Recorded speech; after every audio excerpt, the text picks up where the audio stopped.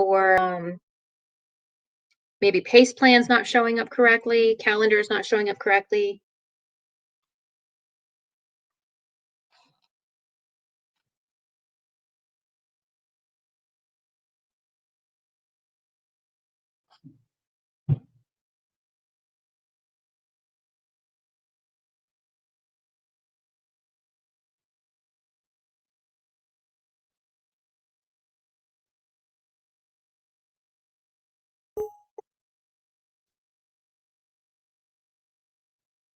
Yeah, Iris, the discussion formatting is pretty limited. So it's completely acceptable to not be able to tab. That's a great question. Um, Pretty much the only one that we expect to be somewhat essay formatted is the Native American ethnography. Pretty much the rest of your discussion posts are just fine to be in paragraph form. We did the ethnography one, and then what's the other one? The oral history one, one of the first assignments. We want those to be in essay format so that we can catch any issues. So that's actually a great question. So with the exception of discussion posts from here on out, your documents do need to be in MLA format. So just about every document you turn in should have a header, should have a title, should have page numbers, things like that, because the sooner you stop doing that, the sooner you forget how to do it on actual essays. So we want them all to be done like that. That's just standard GAVS format. Most high schools do it that way too. Yeah, no, don't worry about the works cited page. As long as you put some citations in there for the ethnography, I'm assuming that's the one you're talking about, then you've done what you're supposed to do. So yeah, no, I appreciate the question. The first test is the Native Voices, no, Native Encounters, that one. They keep changing the names of the tests. That is going to be covering what's in the module. So the best way to study for the tests are to actually go through and reread the module minutes, rewatch those, as well as the practice quizzes and tests. So that's going to cover what's in there. So there are going to be specific questions about the texts so that you were assigned to read. So do make sure that you do read all the texts. Yeah. So those module minutes are very helpful, as well as the little practice quizzes and tests that are inside the units. Obviously, then you want to make sure that you read and understood the text as well.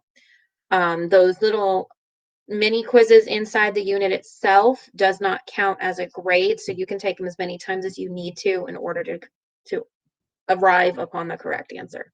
So another good question.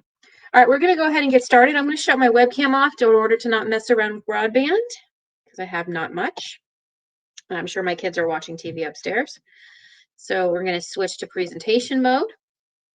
I wrote this a couple years back, and I've reused it and reused it and reused it because it's always something that needs to be gone over, that needs to be addressed. One of the first discussions that most of you have already completed is the plagiarism discussion. And a lot of you asked a lot of really great questions. Some of the more common questions are questions like, what if I accidentally plagiarize? What happens? How, things like that. I had some great questions this year asking about group projects and things like that. So I do want to address some of those questions. I do try to look at that discussion as much as I can. That's the discussion I'm probably going to be most involved in, because I want to make sure everybody has their questions answered. I do check in on other discussions, and I'll reply to students just to kind of let you know that I'm watching. But the plagiarism one is the one where you'll see the most replies from me, because I want to make sure you understand. All right, so let's get started. All right, plagiarism, let's define it. Plagiarism is the practice of taking someone else's work or ideas and passing them off as one's own, such as copying, infringement of copyright, piracy, theft, stealing. Cribbing is another informal version. Accusations of plagiary. This is the source. I gave my source here, Google Dictionary. This is where it came from, and I included this. I included the background of the word because I thought it was really interesting. So look where it comes from. So the word plagiarism comes from the Greek word plagion, which eventually morphed into Latin. It was borrowed by Latin. There's a lot of similar words between Latin and Greek. Plagium, which means a kidnapping. Plagiarius is kidnapper, and plagiarism eventually.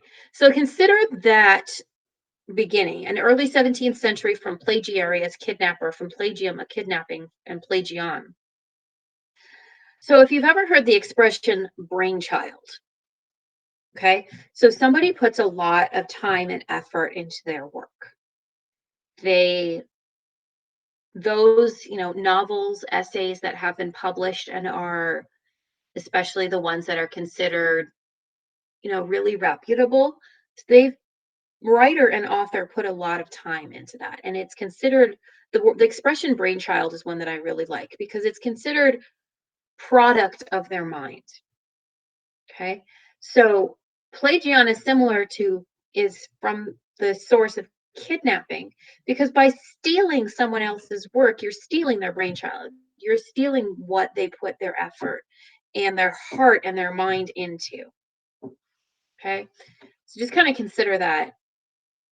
It's not just harming you because you're not learning and you're not coming up with your own individual thoughts. It's also harmful to the original writer because you're literally stealing from them.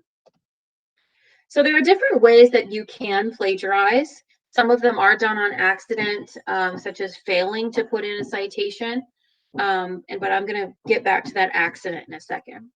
All of the following are considered plagiarism: turning in someone else's work as your own, copying words or ideas from someone else without giving credit, failing to put a quotation in quotation marks, giving incorrect information about the source of a quotation, changing words but copying the sentence structure of a source without giving credit, copying so many words or ideas from a source that it makes up the majority of your work, whether you give credit or not. See our section on fair use rules. Okay, this is from plagiarism.com. So let's go over what each of these means. Turning in someone else's work as your own. This has happened. Okay, let me tell you a story. A couple years ago, I had a student turn in an essay, and it came up as plagiarized, and it was actually came up as matching 100%, almost 100%, except for her name. She changed that, as another Georgia Virtual School student. Shortly after, I get an email from another teacher that was teaching the same course. I believe it was British literature, which I don't teach much anymore, but and goes, "Hey, I have a student whose essay is coming up 100%. I was like, so do I. So we figured out that these two girls were friends. They had been put in different classes with different teachers, just by the way of registration worked. Oh, so they figured they could do their work together. Well, actually, what ended up turning out is one of the students was stealing from the other one and was stealing the essay, like off of their flash drive. So obviously that is completely unacceptable. And we figured it out pretty quickly. Yay, turn it in. Copying words or ideas from someone else without giving credit. So some students have asked about, okay, well, what if I'm writing a fact from a source? If you're writing a direct fact, especially one that you didn't know before, it's always a good idea to put in a citation, just so that if somebody, just consider it this way, somebody that reads your essay and they want to check up on that fact, they want to learn more about that fact, they want to read the whole article that you referenced, by giving your citation, they can go do that. Okay. Failing to put a quote in quotation marks, so that could be either intentional or unintentional. You just forgot, or you actually intended to just steal it and make it seem like you wrote it yourself. Incorrect information about a quotation. So a lot of students were asking about paraphrasing. Paraphrasing and can get a little dicey and a little slippery. A true paraphrase is when you read an article, you read a paragraph, you put it down, you synthesize it, you understand it, you put it into your own words. Okay. You may still want to cite that. You may still want to put in an in-text citation. So again, that your reader can go check what you wrote, the source you used, in order to not only verify the information, but again, learn more. But it is not considered paraphrasing to take a sentence, change 2 or 3 words, and then pop it into your essay. That's not paraphrasing. I have had students that have turned in essays that were more than 40%, sometimes even 60% quotation. That's not really writing your own essay either. And it does border on plagiarism. It is considered plagiarism. So I've had some students that, just in order to not have to write much, include huge chunks of quote. Okay. Very rarely will you need a block quote, which is 4 lines or more in these essays. You might use one, but please don't let it be the majority of your essay. We kind of consider anything more than like 20% quotation to be unacceptable.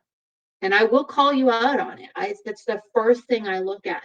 And then I look at where that information came from, whether you were plagiarizing or you were just way over quoting.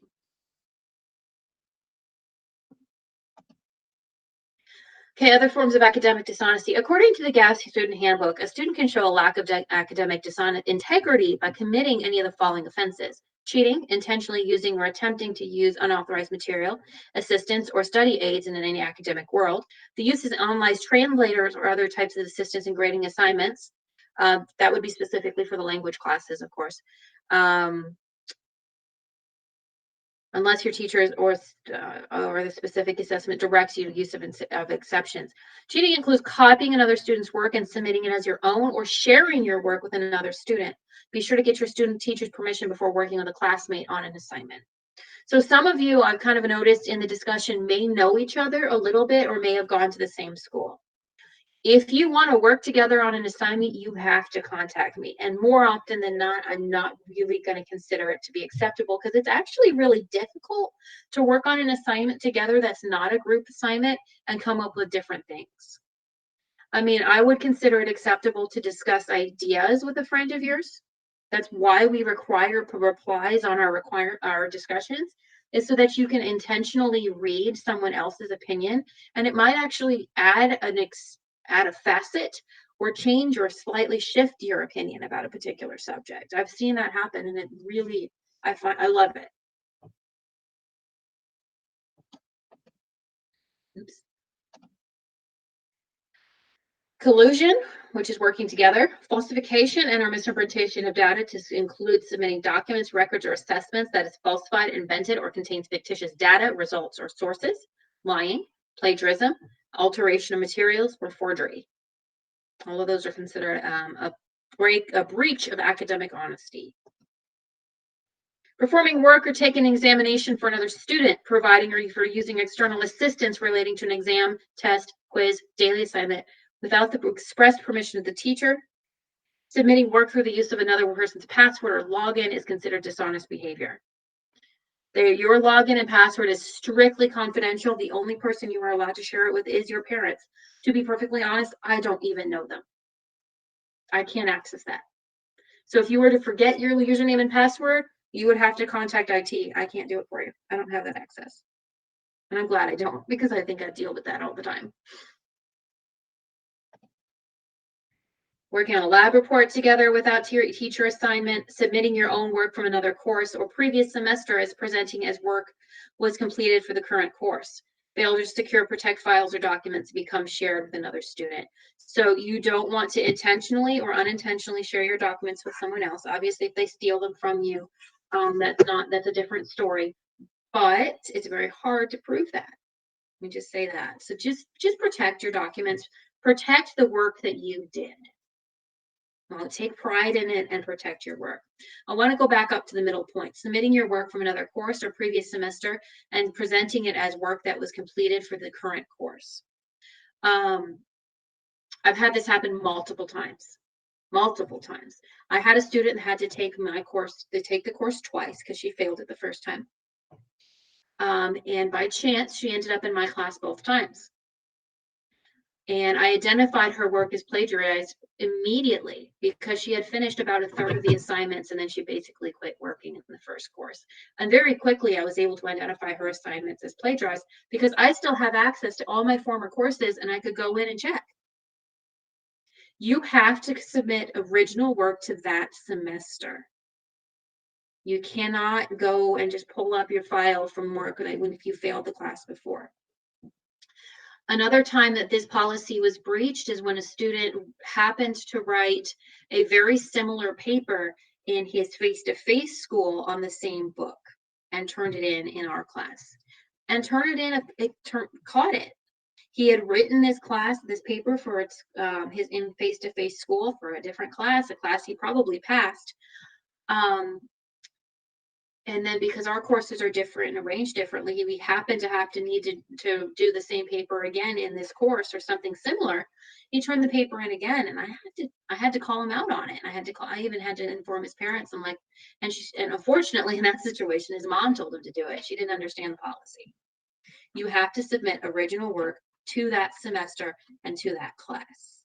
That doesn't mean that you need to reinvent the wheel. If you wrote a paper, the same paper for a different class, you may want to use maybe the same research sources or something like that, but you're always going to want to write something fresh, because I guarantee you are a different person than you were when you wrote that paper the first time. You probably write better. You probably research better. You probably understand better, even if it was just last semester. That's how quickly the teenage brain develops. And that is part of why we do this. Even in college, I wanted to double major. No, excuse me, a good friend of mine wanted to double major. And she wanted to write the same thesis for both classes because the thesis could have worked for both classes, both majors, and she was not permitted to do so. So she ended up choosing not to double major because she knew herself and she knew that she would become extremely stressed if she had to write three thesis papers. So that is a common policy. It's not just us, it is most schools and even colleges. So that's a policy you're going to want to get accustomed to. Remember, you all signed the handbook acknowledgement form. We took that quiz at the very beginning of the course. That means that you have understand and will not break these policies. Therefore, we can call on the policies if we want to. All the policies are given in there as well. The handbook is available. You can find that under student resources. All right. How did my teacher know I plagiarized my writing? I get questions about this all the time. At Georgia Virtual School, we use Turnitin, also known as Feedback Studio. Turnitin allows us to see if a student copied and pasted from virtually any source on the internet, see where a student copied from. Side note, sometimes the first listed source isn't the source the student actually used, but it has the same content as the source the student used. This is because, lo and behold, websites plagiarize each other too. Let me tell you a story about that one. I had a student a couple years ago who swore up and down that she did not plagiarize with the source that I said she plagiarized with. So I dug a little bit. It wasn't the first source, it was maybe the third or fourth, but I found the source that she used. Turnitin lists all of the sources that have that same information. So I was able to with a little bit of digging, figure out exactly what source she had copied and pasted from. And once I presented that information, her father no longer believed that she was a perfect little angel. She needed to rewrite the essay. See, if a student turned the assignment in whole or part in elsewhere, either with GeoGabs or with another student that uses Turnitin, like the stories I've told you, see if a student turned in someone else's work, refer to the stealing essay, either from Gabs or another school that uses Turnitin. I love it when students plagiarize other Gabs assignments. I love it because what Turnitin allows me to do is email the original teacher, if it wasn't me, to figure out who it was that they copied from. And we can get both of those kiddos in trouble. See if students work together to complete an assignment. Yes, even if the students have different teachers. See the stories I told you before.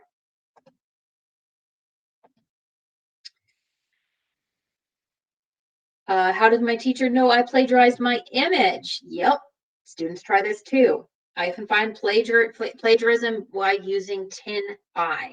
So in American literature, there are a couple instances, particularly the yellow wallpaper assignment that comes later. It is one of my favorite assignments because students really do a great job with being creative with that, as long as they read the text carefully.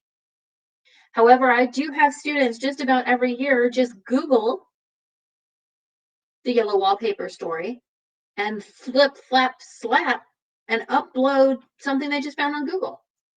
So if I'm suspicious that a student copied or stole their image from Google or whatever, I can pop it into a website called TinEye that works exactly the same way as Turnitin, and we'll find any image that looks exactly like it. And I can figure out if somebody copied and created, stole their image. There have been times where I've done this and determined that the student was being honest and their work was just that fantastic. I've had some really great artists turn in really great assignments for that assignment.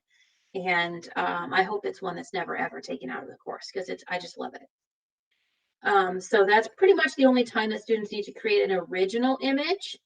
Actually, that's wrong. In the very last assignment about the Vietnam War, there is an original image in that assignment as well. So if I'm suspicious about that one, I can search it up on TinEye as well. Can I get away with plagiarism? The answer is probably not. At Georgia Virtual School, teachers can enable Turnitin on any Dropbox assignment.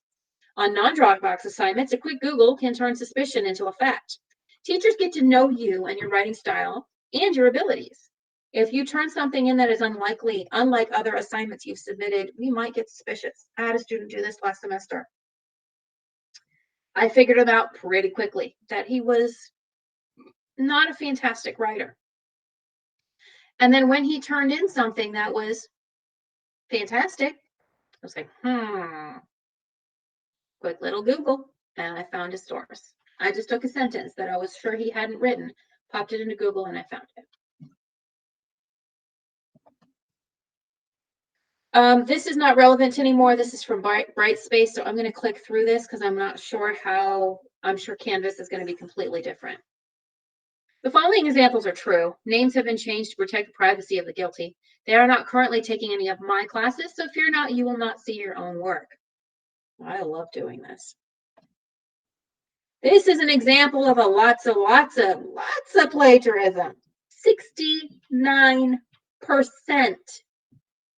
69%. And if you look closely at this example, you can see that there are some proper quotations, but many are not. For example, there's my wand. You look right here, right here in the middle, this big blue one. That is smack out of some other text and is completely plagiarized. This one here, number 2, this pink one down at the bottom, that is in quotations, but notice how long it is. Okay, so all of that is going to be taken into consideration. I can set Turnitin to not count actual quotations if I'm trying to figure out how much a student actually plagiarized. I love that feature. So if they have, 15% quotations, which is a great number, but their paper is coming up as the 69%, I can remove that 15% and I can have Turnitin tell me what's properly quoted and what's not. And I can then identify what's incorrect, what's not done correctly. Okay, so that's one where they just, I'm going to say they, because I don't know if it was a he or a she. I don't remember the student for this essay at all. Just really didn't want to do their own work. Right here, this one, number 8, I wouldn't even mark this really as much plagiarism because it's a list. Okay, it's, I wouldn't really consider that an issue. I would not have called her out on that one. But number 4, the blue one down here, that's a problem. And just this number, 69, even if everything was properly quoted, that's too much. Too much. There's not enough of the writer's original voice in that essay. This is a resubmitted essay. This student was 97% similar to another essay. So you can see the title was different and they probably maybe changed a couple little teeny tiny things, but they resubmitted the exact same essay that they had submitted in a different semester or even a different course. For example, this was a research paper. We have changed the research paper since then. We used to pretty much give them a choice of pretty much anything from certain decades. We have changed the topic for the research paper completely, but it used to be a lot easier to submit the same essay in 2 different courses, and that's part of the reason why the research paper was changed. This one, we figured out the two students had been working together, 92% similar. They worked together on the same assignment, and then both of them turned it in on their own. So it came up. This is probably the one of the ones I was talking about from that Brit Lit course, because we don't read about Hrothgar in this class. This is a situation. This is 10I. This is not an image that any student submitted. It was just one that I had on my hard drive at the time. I wanted to give an example. So 10I is extremely easy to use. I either need to download the image to my hard drive and then re-upload it, or I can screenshot the image. That works as well. And then I can then upload that into 10I, and they'll search it down. And in this particular situation, they found 1,454 similar results. So if, for example, with the yellow wallpaper or the Vietnam cartoon, this could be a situation where that would happen. But again, this wasn't a student. This was just me showing an example because I didn't want to show original student work. So how do I prevent plagiarism? Fear not, young Padawan. According to plagiarism.com, there are 7 ways to prevent plagiarism. Consult your instructor. That's number 1. When in doubt, ask. I try to answer texts as fast as I can. Plan your paper. The students that really do proper planning and outline especially, and give themselves enough time to really do a good job on their essay, almost never plagiarize. They understood the material, they did their own work, they planned out, they gave themselves enough time so that at the last minute they weren't feeling the temptation and the push to steal. Take good notes so that you don't accidentally plagiarize. When in doubt, cite sources. If you don't know if you should cite it, you should probably cite it. It's not a big deal to add a quick little in-text citation, as well as, if you, and then something on your works cited page. It doesn't take very long. Make it clear who said what. So what I mean by that is make sure that it's clear which character is saying what. And then also make it clear that a particular quote is a quotation. Know how to paraphrase. If I have issues with your paraphrasing in your rough draft, Turnitin will catch it if it's poor paraphrasing. They'll highlight most of the sentence with just a few words exception. I can give you a source to help with paraphrasing. Analyze and evaluate your sources. So a lot of sources on the internet steal from each other, and it's always a good idea to try to find the most original source. What if I accidentally plagiarize? Turnitin is capable of recognizing common phrases and does not mark them as original, as unoriginal. So if you use an expression like a piece of cake, which you shouldn't use because it's ridiculous, it won't identify that as plagiarism because it's a common expression. I also myself know how to read a Turnitin report. I'm a human being. Turnitin is, an app, a robot, whatever you want to call it. So if a Turnitin report identifies something as plagiarized, like the list on that one paper that I showed you earlier, I would then bring in my human judgment. I've been teaching for 10 years. Okay, I can tell. Most accidental plagiarizing is due to poor paraphrasing. Read your source, set it aside, and write from your head. Be sure to go back and reread your source to make sure you didn't actually accidentally quote a memorized section. So if you have a really, really good memory, paraphrasing may not be for you. Okay, just be aware of yourself. If you have a really good memory where you can read something and you can kind of spit it right back out, you may not want to attempt paraphrasing. You may just want to use some actual quotes. So let's go over the consequences. Since our policies on plagiarism and academic honesty are clearly spelled out in the handbook, and we expect all students and parents to read the handbook, plagiarism offenses are also handled according to the handbook. The discipline levels are 1, 2, and 3. Number 1 is an official warning email from me, the teacher, that is logged into the student information communication log. Students and parents should reply to the email to confirm receipt, and I may follow up with a phone call if I don't receive a reply. This is just your initial warning that you plagiarized, whether it was intentional or not, probably not, probably was. I usually don't call you out and identify and rat you out to your parents if you accidentally plagiarized, and I can tell for sure. But if I can tell you definitely did do it on purpose, I'll rat you out. For a level 2, if you do it again, you've been warned, we know for sure you saw the email, you do it again, then I have to copy my administrator. The administrator will contact the school and request discipline, such as ISS. During the summer, that might be a little bit different, but my supervisor will still contact your parents. If you took your warning, you took your punishment, whatever it was, and you do it again, same as above, you will receive an email. My administrator will get involved, and they may make the decision to remove you from the course. Okay. I've had students that got caught a third time on like the last assignment. And that was just a really, really bad choice because we had talked to her. She knew. So yeah.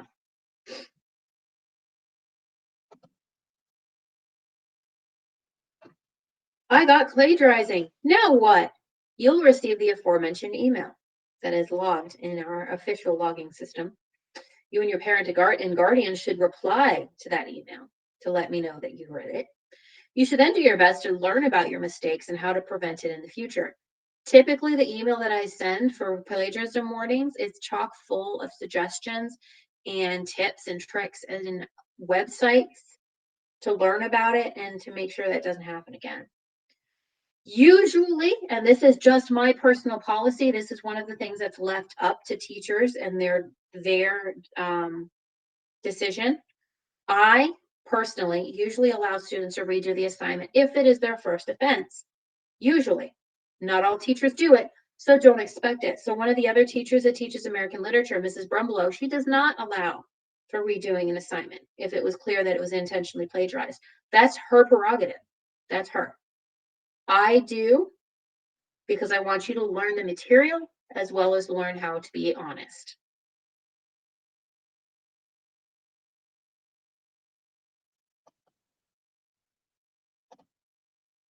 So here are some resources. You may not be able to click them from where you're at. I don't know, but these are some resources, some general websites. OWL at Purdue, I actually linked this into the student resources. OWL at Purdue is a great, great place to get started. The first one is learning how to actually write citations and how to paraphrase. Integrating quotes is something students have a really hard time with. You should not just take a quotation, even if it's properly cited, and just plop it in as its own sentence in your paper. It always needs to be introduced. This is going to be one of the classes that I'm going to cover pretty soon, integrating quotes, hopefully maybe Monday. I'm not sure yet. I have to plan out my schedule. Um, Integrating quotes is a very, very important thing to learn how to do. And I try to teach it to my sixth graders. I teach sixth grade ELA as well as my high schoolers here at GAFS. So it again is one of the first things that I do because a plopped in quote in your essay does not prove that you understood it.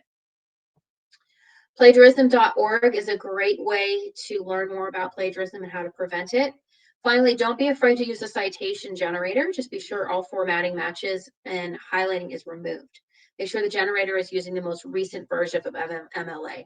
So a lot of students will use EasyBib in order to actually make the citation that goes on their works cited page. And that's fine. There's no problem with that. Writing citations in the proper format can be difficult. So sometimes all you have to do is take the website that you read your source from and pop it into EasyBib. It's that easy. There are other bibliography building websites out there that you can use, and that's acceptable. But what I mentioned here about formatting, make sure sometimes when you copy and paste the citation from the website, it leaves it highlighted or in a different font from the rest of your paper. So just make sure you correct that so that it actually all matches. I'm not going to call you out and catch you. Oh my gosh, you should not have used EasyBib. I actually don't mind it at all, but I will call you out on formatting being different. Lastly, MLA changes every so often in order especially to acknowledge changes in technology and what students are actually using. So MLA 8 is the most recent version as of, I don't know when. I think it's still MLA 8.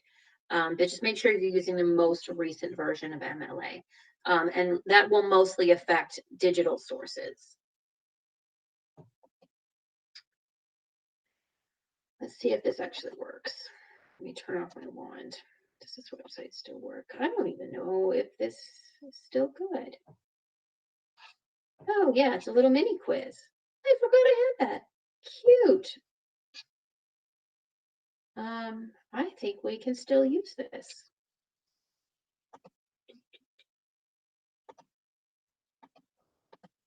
Are you all able to click on that link from the slide?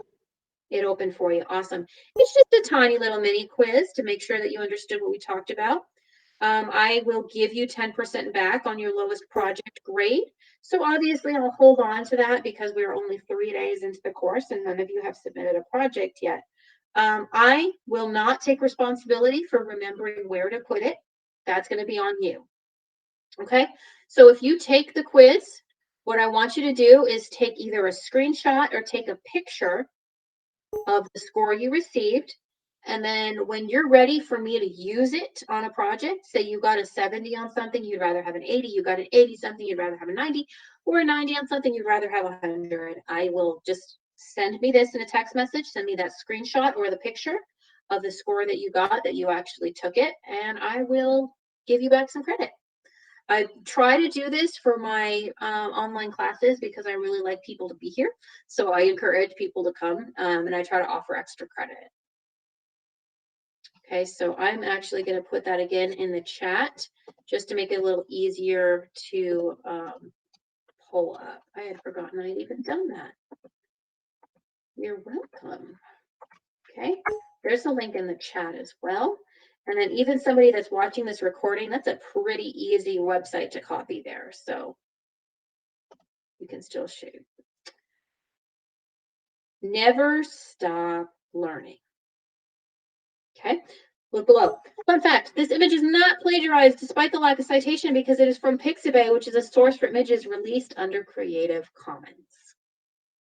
Creative Commons means that somebody has identified their work as helpful to humankind and that you can use it as freely as you want to. There are different levels of Creative Commons, but true Creative Commons means that you can use something in your work without identifying who the original person was. On that note, please keep in mind that whenever you do like a slide presentation, it is very important for you to make sure that you also cite your pictures. You need citations for pictures. Okay, that is one of the most common sources of forgotten citations is those images and pictures, because it's really, really easy to just copy and paste something from Google and throw it into your source, into your project, but you still need to source it. You still need to tell me where it came from. EasyBib can help you with that. P.S. It can help you write image citations. Oh, this is just this is like dishonest, yelling at you. This is just the slide I used in order to make the image that I threw on all of the other dishonest images. Okay, so I want to go back real quick to the idea of accidental plagiarism because a lot of people ask me that. Like I said, common phrases are not necessarily going to get recognized by Turnitin. Also, I believe it's truly very difficult to fully accidentally plagiarize, to plagiarize enough that it would even come up.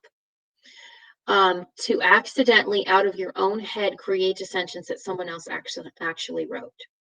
I believe that would be extremely difficult, and the chances of that happening are very low. But additionally, some students asked about, well, what if I interpret something the same way as someone else? I wouldn't consider that wrong because a lot of authors write their works in a way for it to be interpreted and have an intention for their writing. And a certain way they may want to interpret it. So interpreting something the same way as someone else is not bad. But the other thing I also mentioned that particular student that asked that question in the discussion was that each person is going to write their interpretation in a unique way and will have different nuances that are going to be affected by both your um, subjective understanding of that subject as well as your understanding of the individual works. So a lot of students are worried about accidental plagiarism when I really think it's less of an issue than some students believe it to be. So I just wanted to put that out there. All right, we've reached the end of our presentation. If anybody has any questions, go ahead and shoot them at me now. If you want to turn your mic on, you should be able to. I don't believe it's blocked, but I could be wrong. But other than that, I do appreciate you for coming. Plagiarism is, it steals from your ability to learn as well as it steals from the person you stole from. So just be careful with it. You don't need to stress about it, but just try to be honest. Okay. If anyone has any questions, I'll stick around for a couple minutes. But if you're ready to go, have at it. Thank you for coming. I appreciate it.